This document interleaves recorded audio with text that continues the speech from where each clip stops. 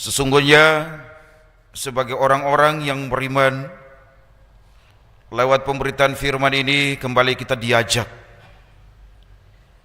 untuk bagaimana mensyukuri anugerah dan kasih Tuhan yang tidak pernah berakhir dalam seluruh tatanan keberadaan hidup kita.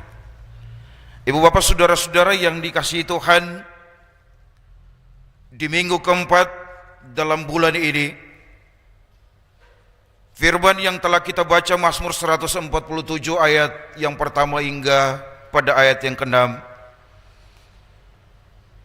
akan menjadi bagian firman Tuhan yang akan kita pelajari bersama dengan tema keluarga sebagai rumah kasih dan iman di tengah era digitalisasi.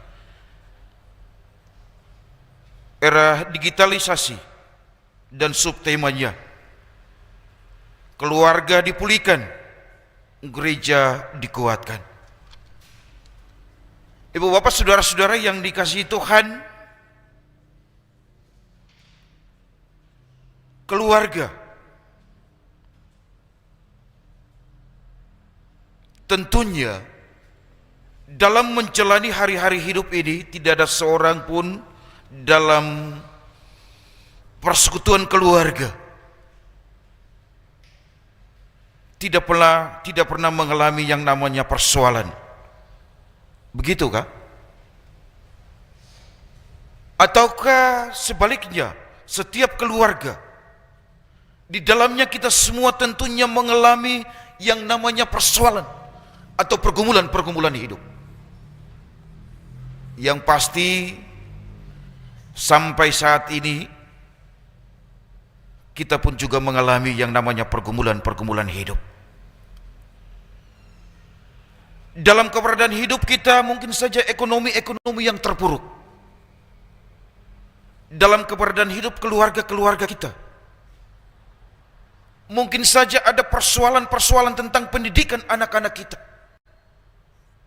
Dan mungkin saja ada persoalan karena sakit yang kita derita. Dan mungkin saja secara pribadi dalam keluarga-keluarga kita kehilangan keharmonisan karena ada kerenggangan sebagai suami istri. Dan mungkin saja kita merasa disisihkan atau merasa tidak diperlukan dalam kehidupan keluarga. Dan masih banyak persoalan-persoalan yang kita alami sebagai keluarga-keluarga Kristen.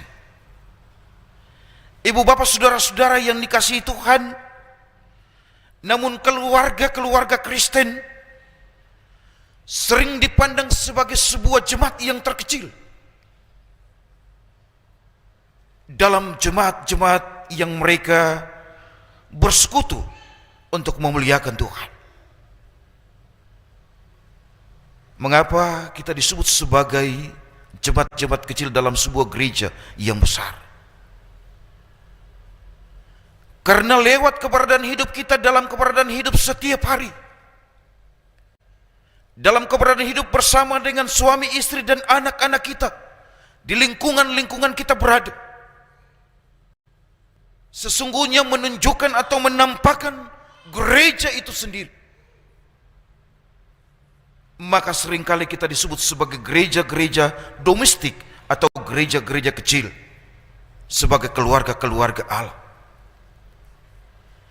Ibu bapak saudara-saudara yang dikasihi Tuhan, jika keluarga-keluarga yang disebut sebagai gereja-gereja kecil dalam sebuah persekutuan yang besar itu rapuh,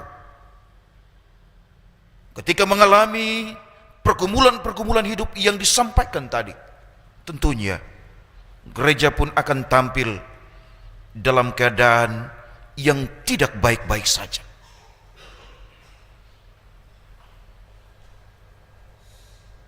Tetapi ketika keluarga-keluarga itu ada dalam keberadaan hidup yang dipulihkan Tuhan, maka tentunya gereja pun tampil kuat dan berdampak dalam pelayanannya. Sederhananya begini ibu bapak, kalau ketong keluarga dalam jemaat ini yang digambarkan sebagai keluarga kecil tadi, ketika ada dalam keterpurukan hidup, tentu sangat mempengaruhi keberlangsungan pelayanan dalam jemaat ini. Ibu bapak yang dikasihi Tuhan,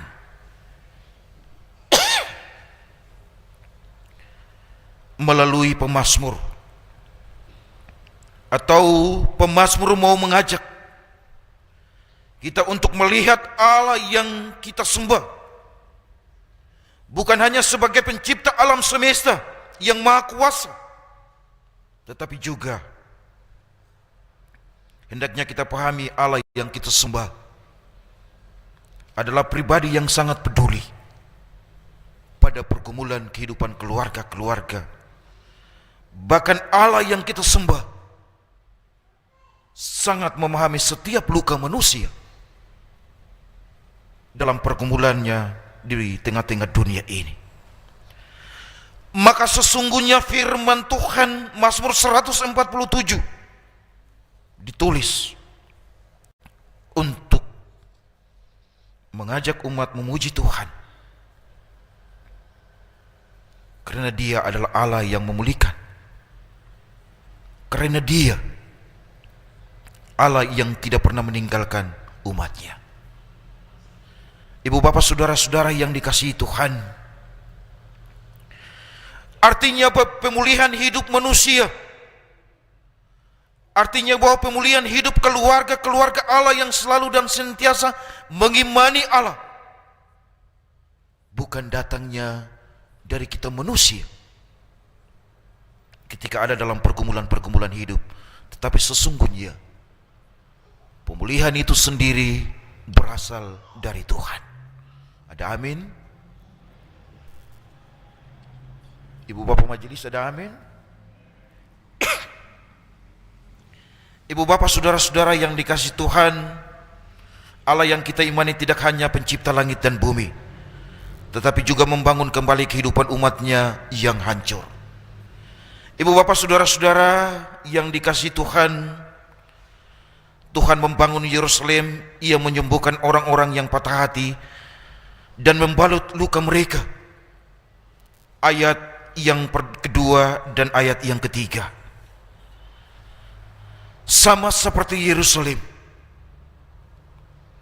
yang dibangun kembali setelah keruntuhan, kita diingat bahwa Tuhan sanggup merajut kembali hubungan keluarga-keluarga. Tuhan sanggup melepaskan berbagai pergumulan kehidupan keluarga Allah yang tetap setia mengandalkannya. Ibu bapak saudara-saudara yang dikasihi Tuhan, Tuhan melihat setiap air mata dalam kehidupan keluarga kita. Tuhan melihat setiap perkataan dan kekecewaan kita.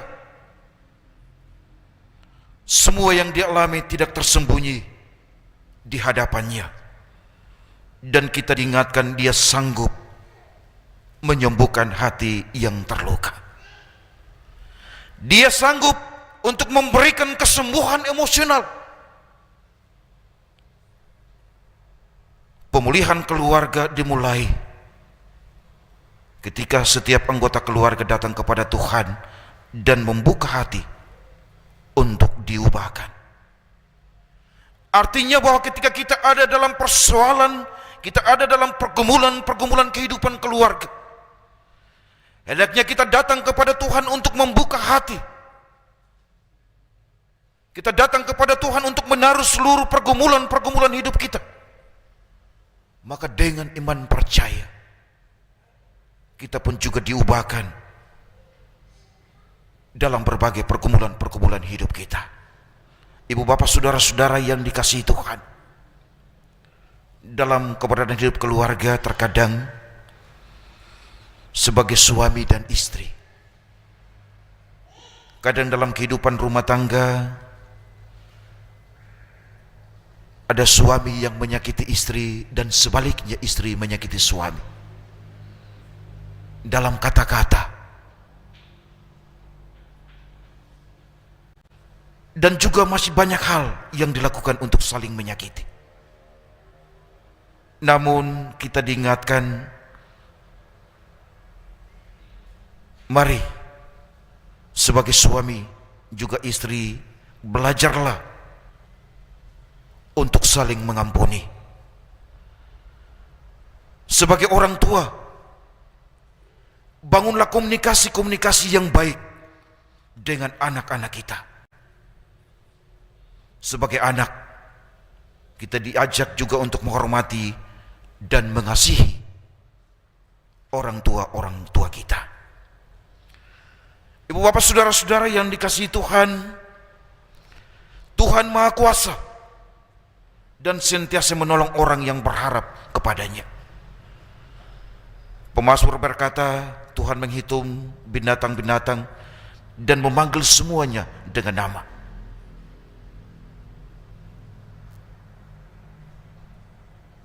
Kalau lewat pemazmur ini Tuhan saja bisa mengenal binatang-binatang dan memanggil semuanya dengan nama,